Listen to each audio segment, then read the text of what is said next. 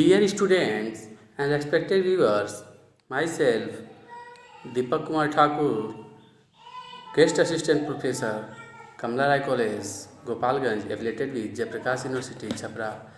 प्रिय विद्यार्थियों, आज हम लोग BA पार्ट 2 हिस्ट्री ऑनर्स के लिए जिस महत्वपूर्ण प्रकरण की एक श्रृंखला शुरू किए हैं, जिसमें हम लोगों ने अर्बनाइजेशन यानी शहरीकरण, नगरीकरण के विषय में चर्चा कर लिया है। आज हम लोग टेक्नोलॉजी यानी कि प्रौद्योगिकी विकास के संबंध में चर्चा करेंगे। जो हमारा वर्णन का काल है 1206 ईस्वी से 1540 ईस्वी के मध्य में जो प्रौद्योगिकी विकास हुआ उससे संबंधित कुछ महत्वपूर्ण पहलुओं पर चर्चा करेंगे। आइए तो प्रकरण को प्रारंभ करते हैं। मानव जीवन के अगर इतिहास का जो क्रम है, मानव की उत्पत्ति हुई आदि मानव से और फिर आधुनिक मानव और आज की जो सभ्यता और संस्कृति, नवीन सभ्यता, जो आधुनिक सभ्यता और संस्कृति, जो अभी हम लोग कंप्यूटर और सूचना क्रांति इत्यादि के युग में जीवन बसर कर रहे हैं, इन सब पे अगर हम नज़र डालें तो मानव जीवन के विकास के प्रत्येक क्रम में प्रौद्योगिकी विकास हमें देखने को मिलता है। किसी भी देश, काल खंड, चाहे जो भी देश हो या जिस तरह का भी कालखंड हो, काल क्रमेण अनुसार निरंतर कुछ न कुछ परिवर्तन हुए प्रौद्योगिकी क्षेत्र में।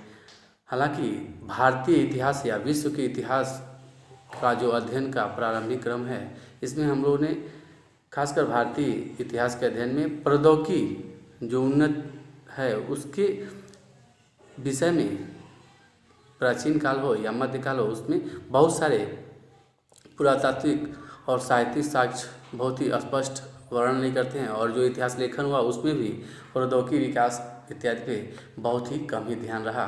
फिर भी जो उपलब्ध साक्ष्य है और जो तथ्य हैं उसके आधार पे वर्णन किया जाए तो मुस्लिम सत्ता या इस्लाम की स्थापना के साथ ही हम देखते हैं कि मोहम्मद अली बताते हैं कि शहरी क्रांति का प्रारंभ हुआ, जिसे हम लोग पिछले लेक्चर्स में हम लोगों ने देखा है। इसमें हम लोग प्रौद्योगिकी विकास पर हम अगर निगाह डालें तो सल्तनत काल की स्थापना के साथ साथ ही बहुत सारे क्षेत्रों में तकनीकी विकास या प्रौद्योगिकी विकास देखने को मिलता है।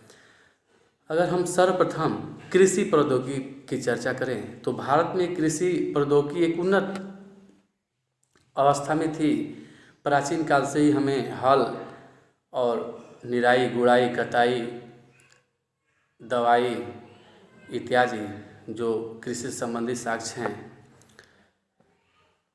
वो हमें प्राप्त होते हैं। और अगर राजस्थान के जो कालीबंगा का क्षेत्र है वहाँ से हमें खेत जोतने का साक्ष्य प्राप्त होता है, लेकिन संभवतः उसमें लकड़ी के हल का प्रयोग किया जाता था। लेकिन समय के साथ साथ इन प्रौद्योगिकियों में विकास होता रहा, और जब सल्तनत काल की स्थापना हुई तो इस काल में भी हम देखते हैं कि मालवा के क्षेत्र में एक फारसी ग्रंथ है मिफ्ताह उल फुजाला। उसमें हम देखते हैं कि 2 बैलों के साथ हल चलाने का सचित्र वर्णन मिलता है। इससे हमें पता चलता है कि जो कृषि तकनीकी है उसमें लकड़ी के सातिर से 2 बैल जुते रहते होंगे, और इनसे ही हम देखते हैं कि लोहे के फाल इत्यादि का प्रयोग जुताई के क्षेत्र में देखने को मिलता है। फिर अगर जो कृषि क्षेत्र में अगर हम देखें तो कटाई के लिए सामान्य परंपरागत हंसिया का प्रयोग किया जाता रहा होगा, और अगर बुआई की बात करें तो सीड ड्रिलिंग या बीज वपित्र का जो साक्ष्य है वो प्रारंभ बहुत ही प्राचीन है। इस समय भी बुआई की जो पद्धति थी छिटका विधि, जिसमें कंधे पे रख के बीज को और छीट के ऐसे ऐसे करके छीट के खेतों में बोने का ही प्रचलन था। जो धान इत्यादि था उसके रोपण इत्यादि का तकनीकी अपनाया जाता रहा होगा। अगर गुड़ाई की बात करें तो गुड़ाई की परंपरागत पद्धति ही थी, जो धान इत्यादि को हाथ से पीट के या बैलों के माध्यम से उस पर बैल इत्यादि को चला के दवाई का काम किया जाता था। जो ओसाई है उसके लिए जो पवन शक्ति है उसका प्रयोग किया जाता था, जो मौसम में ही आसपास के वातावरण ही विद्यमान था पवन शक्ति, उसी से दवाई ओसाई का काम कर लिया जाता था। कृषि तकनीकी में जो महत्वपूर्ण प्रौद्योगिकी विकास हुआ वह सिंचाई के क्षेत्र में था, जिसमें हम साकिया, जो कि भारत का अर्घट या अरहट जो हम का प्रयोग देखते हैं, उसके लिए इस समय साकिया शब्द का हमको प्रचलन देखने को मिलता है। जो साकिया है वह हालांकि इस पे विद्वानों में मतभेद है कि ये सिंचाई की ये जो तकनीक थी यह मुस्लिम सत्ता की स्थापना के साथ है या प्राचीन काल से चलते जो एक परंपरा चल रही थी वही परंपरा आगे कंटिन्यू रही, सतत उसका विकास होता रहा। तो इसमें मतभेद है, लेकिन अगर हम मुस्लिम सत्ता की स्थापना के साथ हम अगर रहट, जिसे साकिया या रहट कहा जाता है, उसके क्षेत्र में जो परिवर्तन हुआ वह गियर प्रणाली पे या साकिया का एक उन्नत किस्म का विकास हुआ। और यह निसंदेह जो मुस्लिम सत्ता की स्थापना के साथ साथ या तो वह निरंतरता के साथ परिवर्तन का तत्व हो या बाह्य तकनीकी के आगमन के साथ हो, परिवर्तन हमें देखने को मिलता है। फिर अगर हम देखें तो अगर ये जो प्राचीन परंपरा थी तो उसमें जो सिंचाई करने का काम था उसमें बाल्टी में रस्सी बांध के निकाला जाए या एक दो लोगों के द्वारा एक जो बड़ा सा बर्तन होता था उसके माध्यम से गड्ढे या तालाब से पानी निकाला जाता था। या अगर हम देखें कि जो गुर्देल नुमा लकड़ी की संरचना में घिर्री के माध्यम से पानी निकाला जाए, या जो दो खंभों के पे एक बड़ी सी बांस की डंडी डाल के उसमें अग्रभाग में उसमें एक बर्तन बांध दिया जाए जो आधुनिक तबला नुमा संरचना का होता था, जिसे ढेकली बोला जाता था, और उसका प्रयोग किया जाए जिसमें अंतिम छोर पे भार इत्यादि का रहता था। तो इस तरह एक विकास का भी चरण हमें देखने को मिलता है। फिर अगर हम सल्तनत काल में शिल्प प्रौद्योगिकी की बात करें तो शिल्पों में बहुत सारे शिल्पों का विकास हुआ, जैसे कागज़ निर्माण और जिलसाजी, फिर कलई चढ़ाने का परंपरा, शीशे का निर्माण इस समय हो रहा था। एक अन्य क्षेत्र जो जहाज निर्माण के में शिल्प का विकास हम देखते हैं। तो फिर हम देखते हैं कि आसवन विधि जो मदिरा इत्यादि बनाने की विधि थी, इन सबों में, और फिर जो शिल्प प्रौद्योगिकी का जो सबसे विकास का जो हम क्रम देखते हैं वस्त्र निर्माण प्रौद्योगिकी में, तो एक एक करके हम अगर इन सबको देखें, वस्त्र निर्माण प्रौद्योगिकी में देखें तो इसामी अपने ग्रंथ फुतूह उस सलातीन में, फुतूह उस सलातीन, सब अगर आपको सुनने में लिखने में कठिनाई हो तो फुतूह उस सलातीन, आप हमसे व्हाट्सएप ग्रुप से इसे लिखित रूप में भी ले सकते हैं और बार बार सुन के आप इस शब्द पे ध्यान एकाग्रचित कर सकते हैं और लिख सकते हैं। तो इसामी ने अपने ग्रंथ फुतूह उस सलातीन में सर्वप्रथम चरखे का वर्णन किया है। मुस्लिम सत्ता की स्थापना के साथ ही चरखे का विकास हम देखते हैं। चरखे का विकास, अब तक जो प्राचीन परंपरा थी तकली, जो उसके माध्यम से तकली के माध्यम से जो कटाई का काम किया जाता था वह होता रहा था। इससे महीन प्रकार के सूत की कटाई होती थी, कम मात्रा में होती थी। लेकिन जैसे ही चरखा का आगमन होता है उससे मोटे कपड़ों का ही जल्दी बुनाई, इससे तकली से 6 गुना बुनाई किया जा सकता था, कटाई किया जा सकता था, सूत की कटाई हो सकती थी और फिर सूत से बुनाई का हम देख सकते हैं। तो तकली का प्रयोग, तकली की जगह पे चरखे का प्रयोग इस समय वस्त्र निर्माण के क्षेत्र में एक क्रांतिकारी परिवर्तन था। हालांकि तकली का जो प्रयोग था वो बंद नहीं हुआ, इससे तकली के क्षमता में भी वृद्धि हो गई। और जो चरखे थे उसमें एक तरफ तकली और एक तरफ हैंडल भी लगा होता था। उस हैंडल के माध्यम से फिर पाँव से हम एक जो ग्रंथ देखते हैं उसमें वो मिफ्ताह उल फुजाला में सचित्र वर्णन है वो कताई का। तो चरखे से कताई का उसमें हैंडल भी लगे होने का प्रमाण हमें मिलता है। इस तरह कताई के साथ साथ हम देखते हैं कि रंगाई की भी एक उन्नति परंपरा थी। और रंगाई के लिए प्राकृतिक वनस्पति और खनिज जो मिलते थे, जैसे लाख है इत्यादि से हम देखते हैं कि मंजीट, नील या लाख इत्यादि रंगों का प्रयोग हमें देखने को मिलता है। नील विरंजक का भी काम करता था, रंगने में भी कार्य इसका हम देखते हैं। फिर रंगों को गाढ़ा करने के लिए फिटकरी इत्यादि का प्रयोग देखते हैं।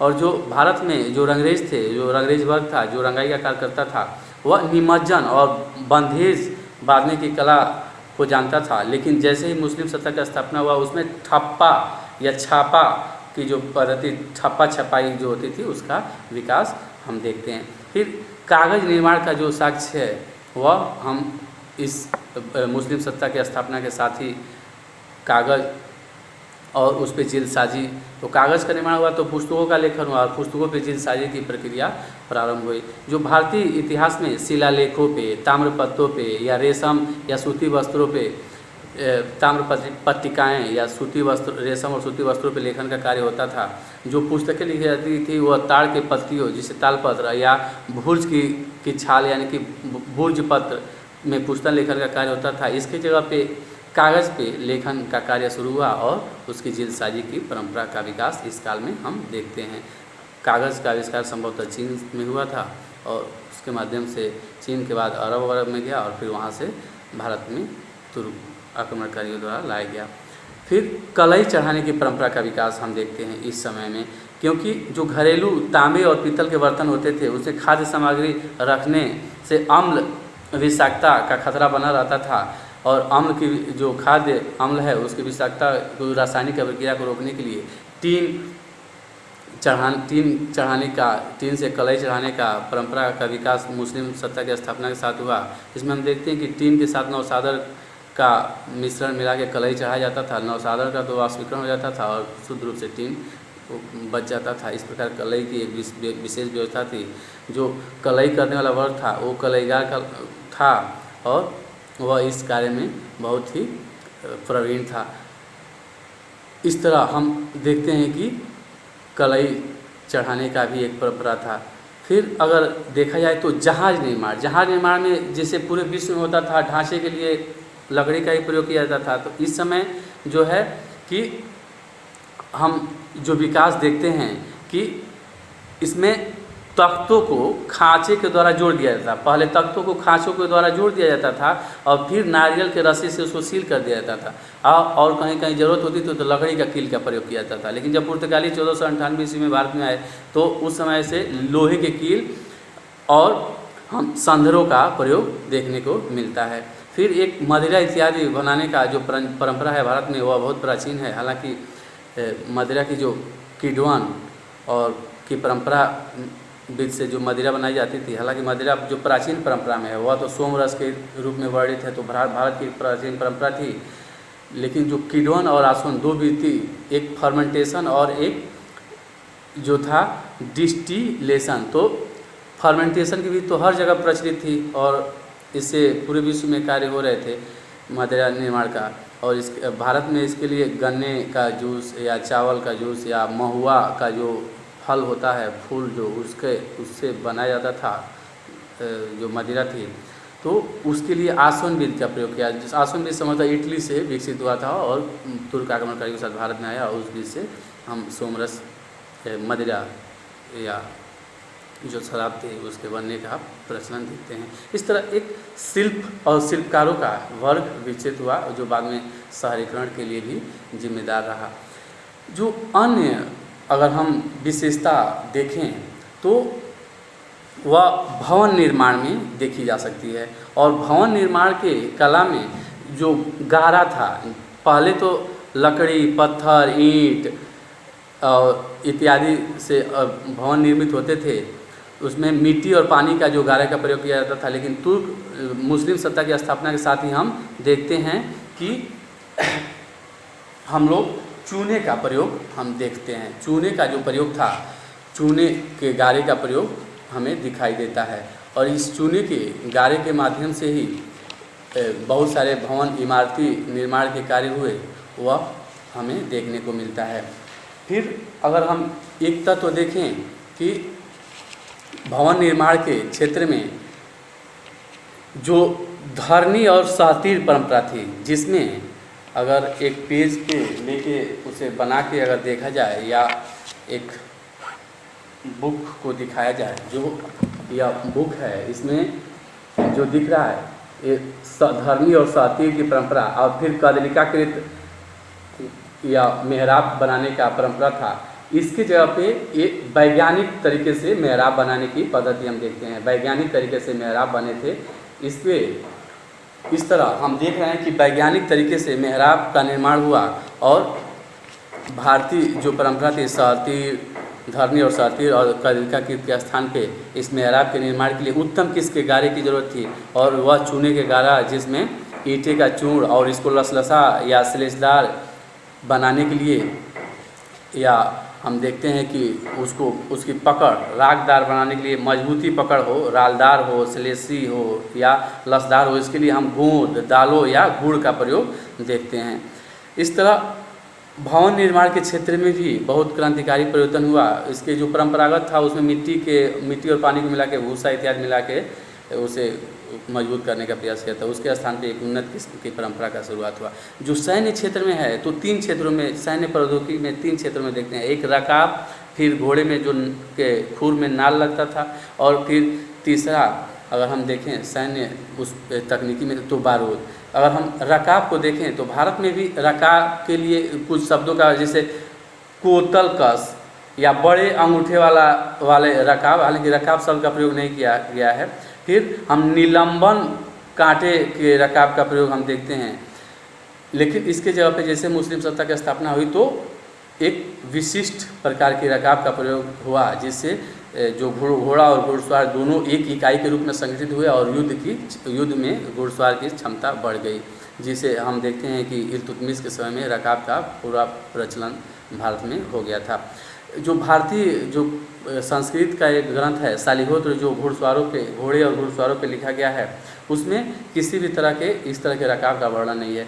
फिर अगर हम बारूद के वर्णन देखें तो शुक्र नीति को से जोड़ के दिखाया था कि भारत में बारूद का आविष्कार हुआ था और हो रहा था। लेकिन हम अगर पूर्ण रूप से देखें तो आतिशबाजी इत्यादि के रूप में तो फिरोज शाह तुगलक के समय में बारूद का प्रयोग हुआ, लेकिन उत्तम रूप से पुर्तगालियों के आगमन और बाबर के आक्रमण में हम जो बारूद का प्रयोग देखते हैं। इस तरह विभिन्न क्षेत्रों में तकनीकी प्रौद्योगिकी का विकास हम देखते हैं। और ये हालांकि इस पर अगर बहुत सारे शोध इत्यादि नहीं हुए हैं, अगर शोध इत्यादि का और अध्ययन हो और तथ्यों को खोजा जाए तो बहुत सारे परिवर्तन